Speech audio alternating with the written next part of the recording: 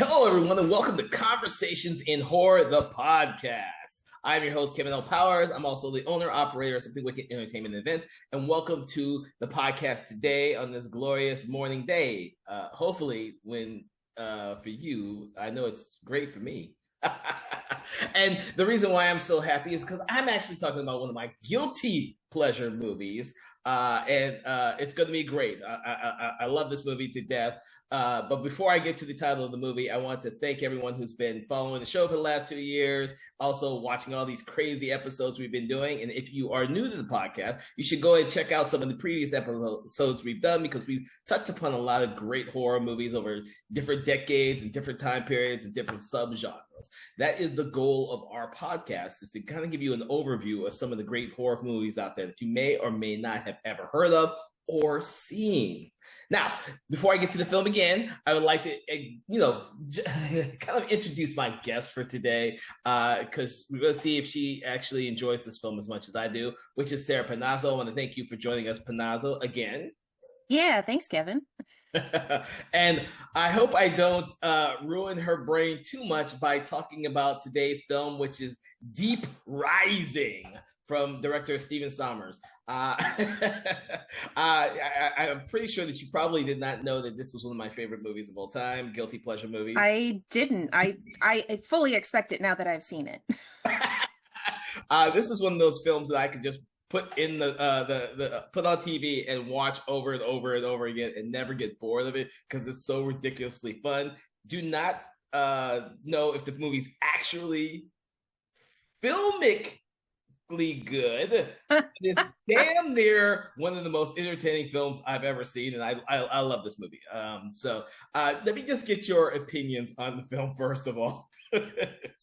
So the first note I had while watching this was, what the fuck did I just watch? And there were a lot of things I was expecting. Like, I was like, okay, I'm expecting like the Kraken or Cthulhu, and then like Jason and the Argonauts is referenced multiple times. And I was like, okay, maybe it's going to be like that. And then you get to the cruise ship scene where they're introducing the main cruise line, and I was expecting Indiana Jones 2 to top off with a musical number. And I was like, I don't even know, like, my husband told me full camp, just expect campiness and you won't be disappointed. And you're right. It is so much fun, super campy. A lot of the effects, especially like the body gore, are really good. The visual effects are a little iffy, but I mean, it was 98. Yeah. But it's a lot of fun. And the way that I put this, after I found out who actually made it, as I said, this walked so the mummy could run. Exactly. Because it's got the same kind of build, but the mummy just did so much better. But Kevin J. O'Connor is fucking brilliant in this movie and in that movie as well. But you're right. This is like, okay, I've got a small budget to do my type of film, and then all of a sudden, he's got an amazingly big budget to do The Mummy. Yes. And show his real showcase. But this one has got that little indie flavor to it. So it's a lot of fun. And Famke Janssen is just freaking hilarious in this movie with everything she does, which she doesn't get to do very often. Yes. I love this cast. You would not expect Treat Williams to be the star of this movie. No, not at all. Of course, Anthony Held, you look at him and you're like, he's going to be the bad guy. He's always the bad guy. But it took me so long to figure out who Kevin J. O'Connor was. And I was sitting there like, why do I feel like he's like semi like done up with a lot of makeup and he's really funny? And I was like, was he in The Mummy? I was like, oh my God, yes, he was. He's in The Mummy and in one of my other favorite films of all time, which is Lord of Illusions, which is another obscure Clive Barker film that most people don't remember. But I love that actor. He's done a lot of great stuff over the years. But yes. I think his sense of humor in this film is absolutely perfect, and he works really well with Stephen Sommers, because his humor 100% in The Mummy is also amazingly great too. Yes. But for some of you out there who have never seen this film, essentially it's a really easy plot. A bunch of people who want to hijack and take over a very luxurious cruise line, hire these, I guess you call it freelancers to take them out to the cruise so they can kind of like take over it during in the middle of the water, so they don't have to worry about police or any of that other stuff. Unfortunately for the people on the cruise line and these thieves, the cruise line itself runs amok by an undersea creature, which then just dispatches everyone on the cruise and then picks off the robbers one by one. That's pretty much it. And it's done in random bouts of everything. Like it starts off with the woman being dragged through the toilet, and then you get all the way to like full like boa constrictor wrapping around people and like full on eating people's bodies. So it goes all over the place with these kills, and it's very. I think it's a testament to the fact that no one knew who Stephen Sommers was when he did this film, because I'm pretty sure that studio probably wouldn't have given him that much. Well, so he did big Disney films such as Adventures of Huck Finn, the OG Jungle Book, and Tom and Huck. He was the writer. So this was actually distributed by Disney, yes. Which I find even funnier. Yeah. It was distributed by Disney, one of the smaller subsidiaries of Disney, who they probably just said, "Oh, we're going to give you a small amount of money, and we don't really care what it does, because you've done so well with these other kid-friendly movies."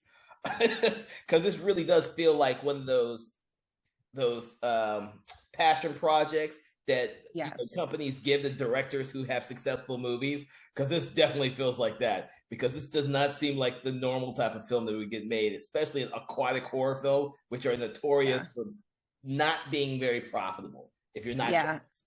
But then you see all the other horror movies he's done, which was like a good chunk of The Mummy. He did Van Helsing, and then he did, unfortunately, G.I. Joe: Rise of Cobra, and then he did Odd Thomas, which I absolutely loved. That's a great movie. I just finally saw that last year. I don't know why I missed it. That was such a great movie. It was such a sleeper thing for if anybody who read the books. It was on our radar, but it was very under everything. Like it wasn't promoted very well at all. No, it wasn't. Anton Yelchin hadn't gotten to the point where he was a huge star. Yes. And the movie just was not promoted properly, in my opinion. But neither was this one either. Yeah. You all can't see Panazzo's look when she says stuff like that, but yes, she's like, "Oh, surprise!" I have no idea if I cannot fathom if this movie actually did well at the box office or not. It did not. It had a budget of $45 million, and in the US it made 11.2. So it really was not a great success. I'm not surprised, but it's so weird he went from this to The Mummy. So so I don't know. I really enjoy Stephen Sommers' films, even though Van Helsing I think was pretty bad. I think there's I loved it. I loved how campy it was. It was a lot of fun. But yeah, it's the same thing as it's super campy. It might not be everybody's cup of tea, but they're fun movies to watch and rewatch. Well, I loved what the monsters, and he's really good at that, because I love the monsters in Deep Rising. But for that one, I loved what they did with Frankenstein, and I love the Brides of Dracula. I just didn't like what he did with Dracula. And so, Dracula was a little over the top, but it was okay. It was what it was. But yeah, I mean, I'm there for the rest of the movie. I'm not there for Dracula. So getting back to Deep Rising, this is a unusual aquatic monster movie, because the creature that's depicted is supposed to be this giant version of a really small creature that just comes up from the depths and swallows ships whole. I say that now because I love the opening shot with the creature going through all the different ships that are at the bottom of the sea. Yes. I remembered that, but as many times as I've seen this film, I kind of forget. I kind of forgot it, because I saw this movie at the theater when it came out. Well, I was thinking like, okay, big water monster, and then you've got like it being able to get into every part of the ship, and I was like, what the hell is going on? But then it makes a lot of sense with its like Hydra-esque arms. The 5 billion Hydra-esque arms, it just seems to appear out of every little nook and cranny. I don't think that was supposed to make sense whatsoever. I just think they just said, okay, this creature could just get anywhere, and we're not going to make it logically sound because the creature doesn't actually show up until the very, very end. So you're wondering. I was very confused about the size of the monster then because it's small enough to be like full bodied inside the ship. But I wasn't sure if the ship got bigger or the monster got smaller or what, because it seems like it should be this giant thing with these arms that reach that long.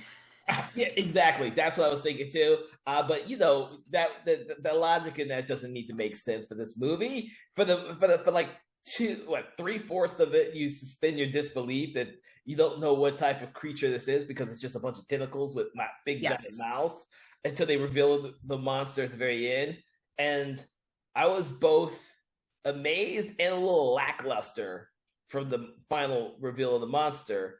Mostly because I thought it was cool, but I also didn't think it was that cool because I was like, oh, I thought it was gonna be bigger.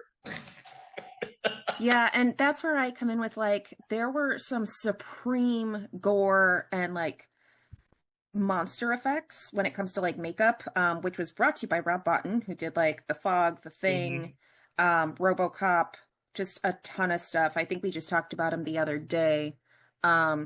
But he did some great effects with like the bodies that were like decomposed where they like suck all the water out of the bodies and you're just left with these like bloody chunks. And so it was really gross and it was a lot of fun. Like I said, it's very campy, but then when you get to the actual like special effects for video, it was kind of lackluster where you get like, oh yeah, this was totally on a blue screen. Or you get the infamous jet ski through a cruise ship chase scene. Yes. Hey, logic doesn't need to make sense. You can jet ski through the ocean liner because that's what people can do. But it was one of those things I was like, I expected a little bit more with the visual effects because of everything else they've done, but I guess at that time they were busy doing other big things.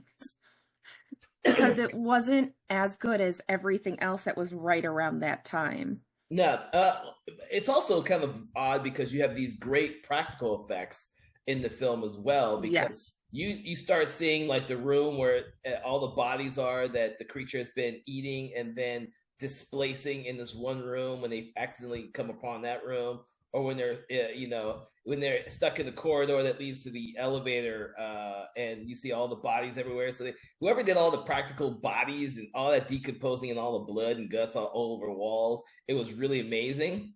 But you go from this kind of campy, humorous horror action vibe to these segments where it's like, oh my god, this is some really disturbing, disgusting imagery. Yes.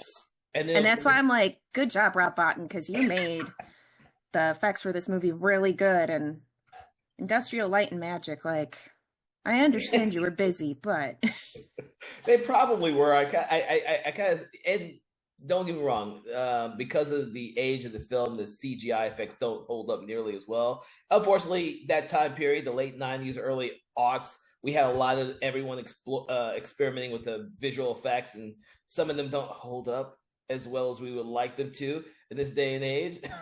Yes. So you have to think about that when you go back and you watch a film like this for the very first time. It's to be desired, and if you grew up with the film like I did, it's one of those films where you just had a lot of fun with it, regardless of the fact that exactly. That big giant monster at the end, it's one big CGI slugfest, and it's not nearly as good as it could be in this day and age. So, let's talk about some of the actors in the film. We've just mentioned a lot of the actors in the film. One of the things I did enjoy about the film is the fact that all of the actors seemed to be in line on what type of movie they were making. 100%. Like, all of them knew the assignment and all of them just did a great job. It's, like I said, it's a lot of fun. It's super campy and you know what to expect. Like I said, I felt like it was supposed to be Indiana Jones at one point, and Treat Williams really plays that role. But it's funny because originally they had Harrison Ford as Finnegan. They did. He was going to be Finnegan, and Claire Forlani was going to be Trillian. And I can't remember why they both ducked out. I think they had other better movies to do.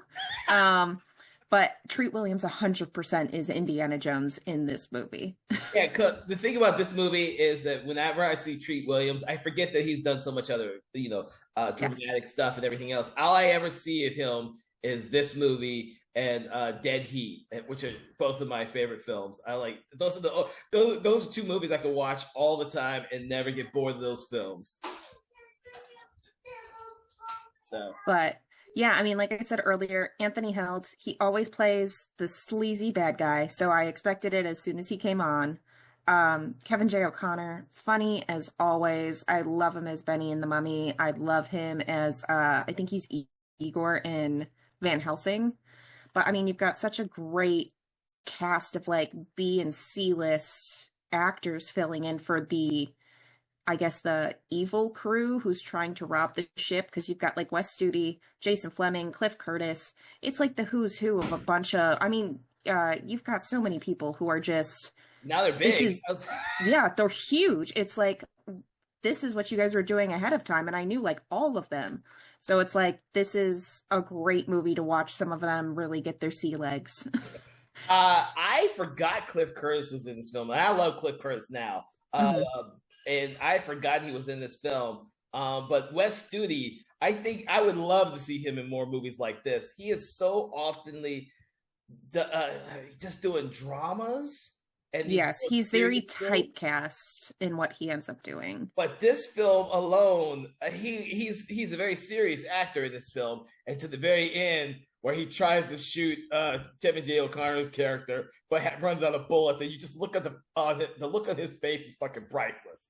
And of course, he tries to shoot himself, and there's no more bullets. Yeah, and it's like you moron. I see how bad you are, you evil man. When I rewatched the movie for the podcast, I was like, oh my God, I forgot about this. This movie is still so freaking hilarious and funny.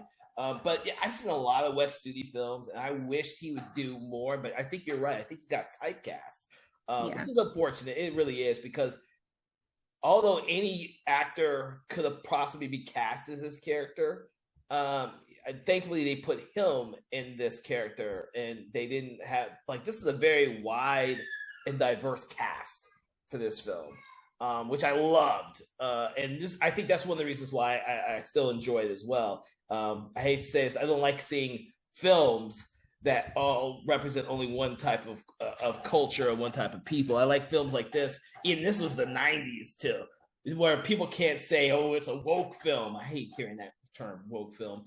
Yes. This film was just a diverse cast, and the cast was great all around. And because they all, in my opinion, because they all seem to know exactly what type of film it is so much fun. Oh yeah, and Jaimin Hunsu. I was like, oh my God, dude. Yes. Yes. I was like, it's unfortunate the way he dies, but it's so hilarious because it comes out of nowhere. Oh my God. And I mean, that's a lot of them. It's like Ian Fleming, or is it Jason Fleming? Sorry. Where he's like, yeah, I scared him out of the oven and the stove, and he goes back up the heat thing, and then there's one right behind him, and it's like, well, of course. Yeah, I think that you just have to go in this film wanting to watch a film that's a lot of fun. And I guess for some people it probably would be scary, but for me, I'm watching it in the theater, and I'm pretty sure that there was very few people when I saw this movie. Yeah, like I said, going in knowing to expect a lot of camp, it's a lot of fun. If you go in expecting a full-fledged horror movie, you're going to be disappointed, but it is one of those super campy, like go in expecting The Mummy and you're not going to be disappointed. I think you are absolutely correct. I think by the time he did The Mummy, Sommers knew the type of movies he wanted to make. Because there's just the right amount of horror in The Mummy to still make it suspenseful, not scary in my opinion, but suspenseful. But because he also adds action to it, it makes it much more invigorating and entertaining. And that's what he does with all of his films. This film could have, if they played this movie straight, I doubt I would like it as much as I do. No, and there are the bits of scary and creepy, like how you would get in Indiana Jones, where you get like the guy ripping the heart out of the chest and like the bugs. This also has those bits of creepy and disgusting, just like The Mummy does, where you've got like the scarabs and like the giant sand faces and stuff. So there are like creepy elements, but there's not necessarily full on horror. So it does make it a lot of fun. Like I said, with The Mummy, if you expect the same thing where it's that perfect blend of comedy with bits of horror, you're going to have a good time with this movie. Yeah. And this is one of those odd conversations we're having where we're actually going through a lot of the other key elements, which is the special effects. We've gone through the director and we've gone through the actors. But what do you think about the actual monster itself? Do you think it was an effective monster? It was a different monster? Let me know about that. As long as you, like we said, as long as you don't think about the monster too hard, you're not going to be disappointed because it is fun. I mean, like, giant tentacles coming in from all sections of the ship anywhere that can plow through almost anything. Super creepy. The fact that they've got like their tentacles, but they've also got like mouths at the end that will open up in each face. Also super creepy. If you try and think about the logic behind that and how it gets through the ship, you're gonna have a bad time. I like these type of movies when they take a little bit from real life and kind of exaggerate it. We did a podcast on The Bay, which was inspired by real creatures too, and I love the fact that they're like, I love those type of movies because coming up with an aquatic monster that's just completely original sometimes can backfire and sometimes can't. Will actually be a boon to you. I can't think of many that are actually original creatures except for Underwater, which is like a Lovecraftian fucking creature. Well, and that's not even original either because that's technically Cthulhu. I mean, there isn't anything super new, but going off of what you're saying, like, it's really interesting because the Atoya, which is the creature that they mention in the movie, does drain the victim of bodily fluids and eject the bloody carcasses, but it is super tiny. It's an archaeopterygian worm from Cambrian fossils, and they came from Burgess Shale of British Columbia, deposited 508 million years ago. And there are a few fossils also from China, which works because they're kind of in between. I think they're like closer to China in this movie than anything else. Yeah, I think so. So it kind of makes sense. But they're average of 8 centimeters in length and a burrower, and they hunt prey and scavenge on dead organisms and also cannibalize each other. But the closer version to this actual creature in the movie is called the bobbit worm, which is mainly in Atlantic oceans, and it burrows into the ocean floor sediment and jumps out and strikes. So that is actually the closer thing. Looking at it, it's very disgusting. It doesn't look like the creature, obviously, but it's kind of got the same similarities with the tentacles. So it's really gross. If you want to look it up, go for it. It is called the bobbit worm, and the origin of the name is also just as gruesome. Part of like a murder case. I think it was murder, otherwise it was self-defense. But either way, it's a fun story to look into. Oh my God. But yeah, no, like The Bay, I love when they take real things and over-exaggerate. Yeah. So this was done very well, especially with that. Like we said, with the VFX, it looks very, very good. It looks very gross.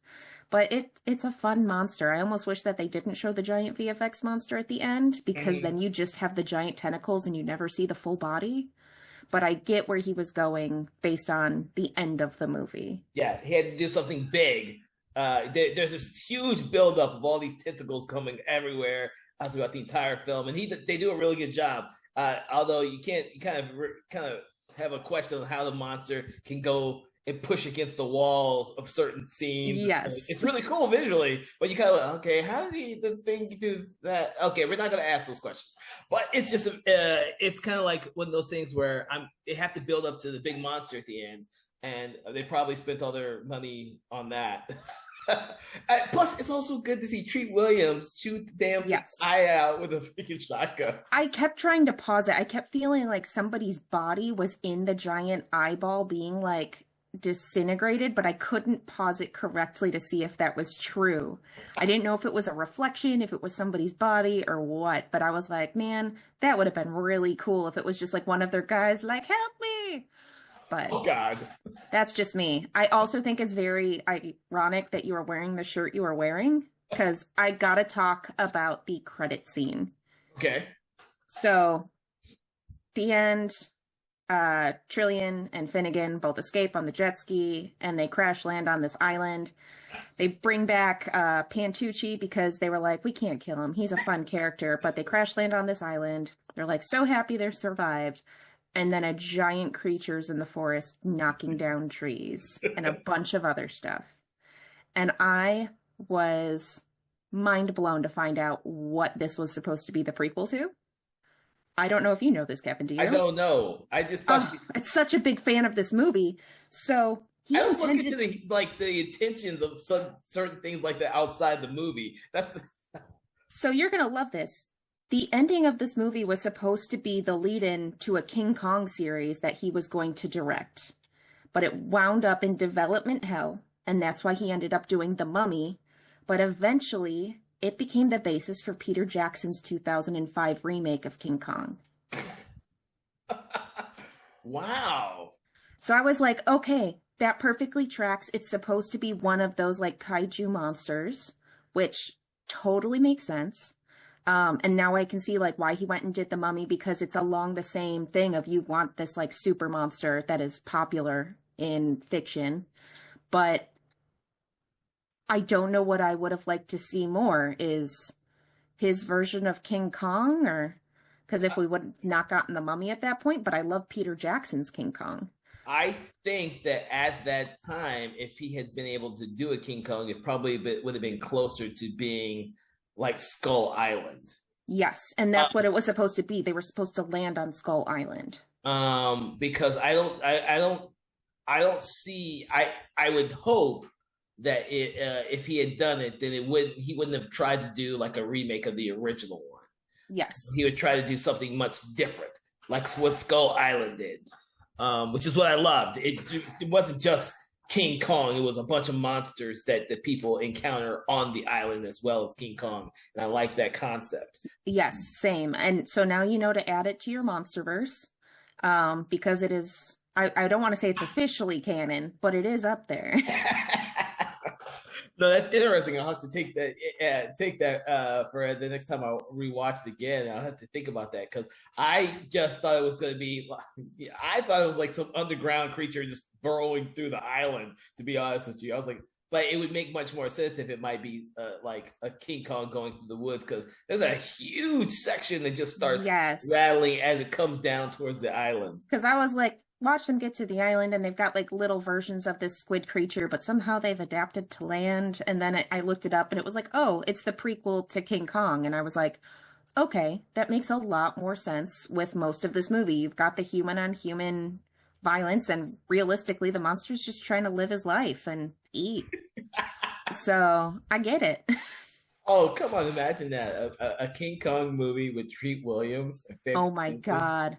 Can you imagine Trillian, or what's her name, Famke Johnson, just like as the main character, like being stuck in his arms as he climbs the tower? I mean, like, come on. It would be great. Oh, Jesus. Oh, my God. I don't know if I could imagine that. I'm going to stick with my original intentions with this and just think of it as a non-King Kong film and just a random monster. I do like the idea that he was developing something else on the lines after this, though. But I would not be surprised if it had to do with rights issues as well. I don't think it had to do with rights. I think it was just them trying. It wasn't quite the effects that they were looking for. Because if you think about the effects with this movie and other movies at that time, if he immediately went and did that, it would have been very difficult to do hair for a giant ape. So I think they were more waiting till the right effects, which Peter Jackson did get very well, but he was also post Lord of the Rings at that time. Yeah. I know that with CGI, when Disney did or Pixar did Monsters Inc., and they got a lot of the algorithm for hair for that movie, which from my understanding, a lot of people copied after Monsters Inc. because the hair was done so well. Yes, and I was trying to remember. There was another animated movie I've watched recently where they actually got the correct animation for hair by putting it as grass on their head, because they could not get it to animate as hair correctly, and the closest they could get was grass. Yeah. And animated films, especially Pixar, has done a tremendous amount of work on CGI and animation in terms of their algorithms and their techniques that they perfect over time. 100%. More so than the standard Disney films, which I rarely watch. But I have seen most of the Pixar films, which is, unfortunately, like I said, this movie came out in the late 90s, early 2000s, when CGI just wasn't there quite yet. Well, and it depended on what you were doing, because they had they did Jurassic Park, which has some really great CGI. And then you've got Casper, which came out 2 years before this, but given those are completely different creatures. But yeah, it was like you got the B or C team to do the FX on this for video instead of the A team. Because I mean, they did have a bunch of other stuff going on at that time that it's okay, they put the A+ people with Spielberg and everything else so they could finish those. Oh, jeez. Of course, because you got to remember with Jurassic Park, after Spielberg saw what the CGI people could do, he gave them a lot more work to do. Yes.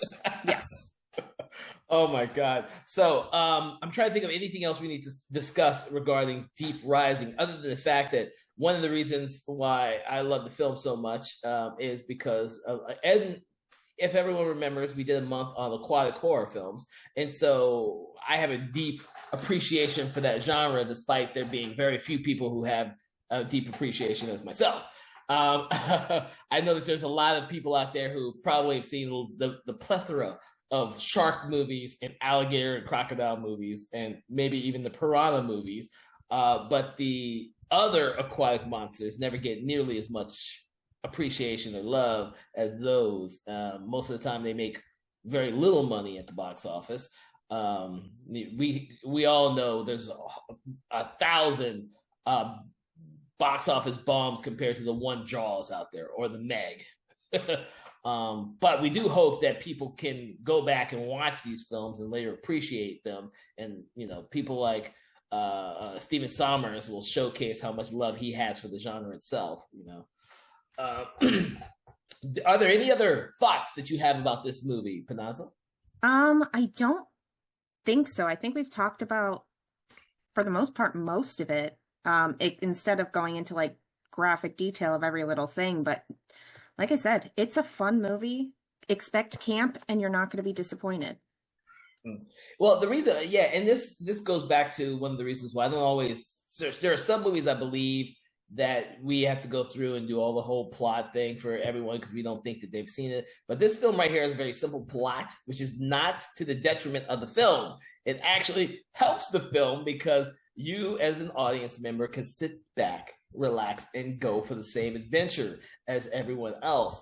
Going to too much of the plot may just ruin the movie for you. You just need to sit back and enjoy the ride, especially, the jet ski at the end through a cruise ship.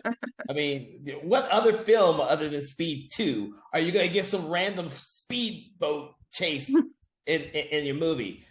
Yeah, see, none of y'all want to remember Speed 2 either. I know. But with that, we're going to rate the movie, and I will already preface this with being that it's going to be a little biased on my part, so you can take that with a grain of salt. But go ahead and re-rate the movies between 1 and 5 stars, 1 being horrible, 5 being amazing. Where on the spectrum would you put Deep Rising? So I have to give it 2 different ratings. Scary scale, it's maybe a 2 or a 3. Entertainment value, definitely a 4. So, I said, don't expect pure horror, but it is 100% campy horror. If you like The Mummy, you're gonna like this. So that's actually a good point to make. A scary scale, because in my opinion, I have never watched a Stephen Sommers film ever thinking they're scary. I always think that they are a blend of horror, action, and comedy, and when he gets it right, it works extremely well. And I would probably say his scariest movie would probably be Odd Thomas, really. Yes. But for the most part, if you've seen The Mummy, and I'm pretty sure a lot, if not everyone, has seen the Brendan Fraser Mummy. Yes. That popular. or the second one. That's what you're getting when you watch this aquatic horror movie. And I would even go so far as say aquatic action movie. Yes. It's not scary, but it's so goddamn much fun. And so my opinion is a little biased because I give it like a 4.5, not because it's cinematically great. We've all just talked about some of the problems with the movie, but there is this list of great guilty pleasure movies that every one of us love to watch despite its flaws. And sometimes we have to remember that because those are the movies that people tend to remember and tell their friends about, and they get cult audiences with. I believe there's a huge cult audience for Deep Rising simply because Stephen Sommers went off to do the freaking Mummy. I don't think if he had not done the Mummy, I don't think anyone would even bother with the movie because it didn't do well at the box office. And if he had changed his trajectory as a director, I don't think people would have remembered this movie nearly as well or had seen it. But I believe that I've heard a lot of people have seen this movie and they all have your kind of opinion. It's campy as hell, but fun. That's pretty much what everyone tells me. But at least they've seen it. So that's why I give it a 4.5. I probably watch this at least once every other year. I know. You're looking at me strangely. That means I've probably seen it about 20 times. Kevin, those are rookie numbers. When I have a comfort movie, I watch it like every other month. Yeah, but that's not me anymore. That's not me. I do film festivals and stuff. I don't have time to rewatch movies anymore in the last 10 years. In the last 10 years, I've had to curb my rewatching thing. If I'm still rewatching a movie after in the last 10 years, at least 2 to 3 times, then that's saying a lot. And I've probably seen this movie about 4 or 5 times. I'm still trying to get my wife to watch this movie. I keep telling her, this is so much fun, you have to watch, because she's never seen it. She looks at the trailer and thought it was scary. I was like, no, not at all. Nah. So I haven't convinced her yet, but I will convince her one day. She knows it too. But with that, I want to thank you, Panazzo, for joining me on this conversation in horror on Deep Rising from director Stephen Sommers. From everyone here at Something Wicked Entertainment, I wish everyone out there, please go see this movie if you have never seen it, or go see it again if you want to reevaluate it. Make sure to go out and check out the rest of our previous episodes, and like, subscribe, follow, do that thing you do with your favorite podcast on Spotify, YouTube, and all the other ones out there. Also, make sure to check out our sister podcast, Conversations in 4Color, which is about comic books, manga, and graphic novels. That is on our Patreon exclusive site only. And from everyone here at Something Wicked Entertainment, we want you to keep... I was about to say something really witty, but I didn't have anything witty about, keep going on vacation on those cruise lines or something like that. I mean, you can go with their tagline for this: full scream ahead. Full scream ahead. Thank you, Panazzo. Everyone have a pleasant day. Conversations in Horror is a Broken Lighthouse Pictures production. Written, produced, and directed by Kevin L. Powers. Executive producer, Kelly A. Inoka. All contents and material from this episode of Conversations in Horror is copyright 2025 Broken Lighthouse Pictures.